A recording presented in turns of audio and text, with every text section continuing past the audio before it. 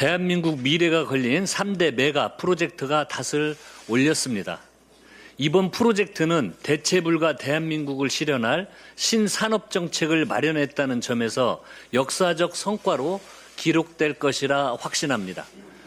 800조 원 규모 반도체 팹, 데이터 센터 550조 원 규모 투자까지 상상을 뛰어넘는 투자 계획을 듣고 가슴이 뛰었습니다.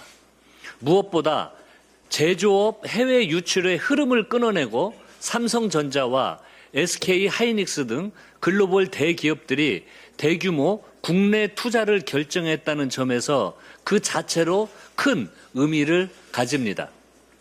아울러 서남권뿐만 아니라 충청권과 영남권, 강원권 등 전국 각지의 투자가 이루어짐에 따라 수도권 일극체제 극복과 균형 발전에도 새로운 이정표가 될 것으로 평가합니다. 정부는 재경부, 과기정보통신부, 산업통상부, 기후에너지환경부, 국토교통부 등 관련 부처가 총력의 힘을 모아 지원할 것입니다. 이제 국회가 할 일은 분명합니다. 가능성이 분명한 사업은 특별법을 제정해서라도 앞당겨야 합니다. 마중물이 필요한 사업은 예산을 추가 편성해서라도 막힘이 없도록 만들어줘야 합니다.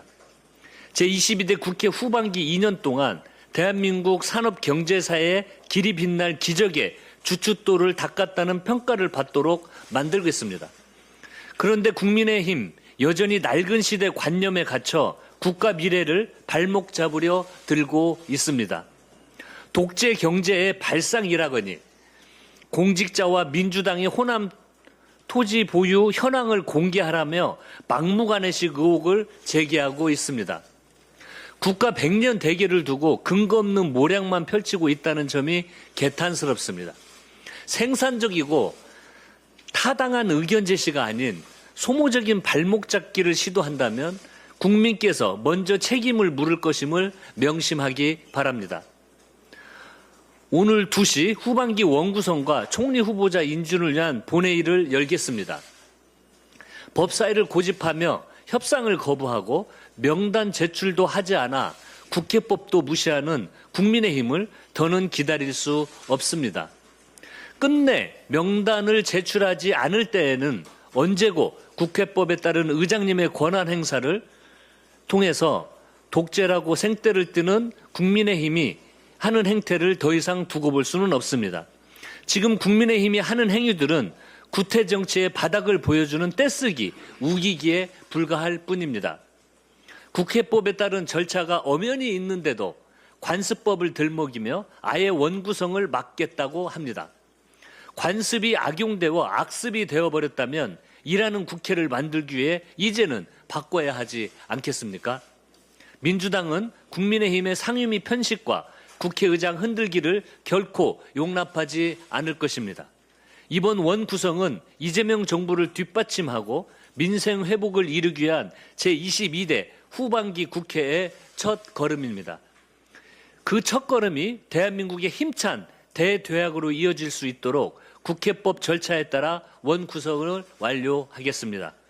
모든 상임위를 즉각 가동하는 데 중점을 두고 상임위원장 선출에 임하겠습니다. 민주당은 어제 선관위 투표용지 부족 사태 진상규명을 위한 특검 추진을 당론으로 의결했습니다. 이번 사태는 유권자의 참정권을 직접 침해한 중대한 사건입니다. 선거관리는 국민주권 실현의 기본 절차로서 선거관리위원회가 존재하는 이유입니다.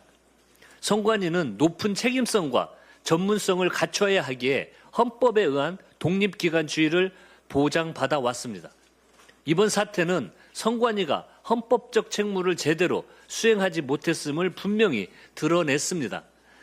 민주당 선관위 개혁 TF는 6차례에 걸쳐 제도 개선 방안을 논의하였습니다. 개헌을 통한 선관위 해체, 명칭 및 구성 방식 변경, 감사원 감사 추진 등 성역 없는 개혁을 추진 중입니다.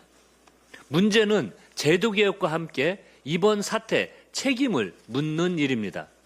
국정조사를 통해 드러난 직무유기와 허위 보고, 책임 회피 의혹 등을 규명하기 위한 특검 수사가 필요합니다.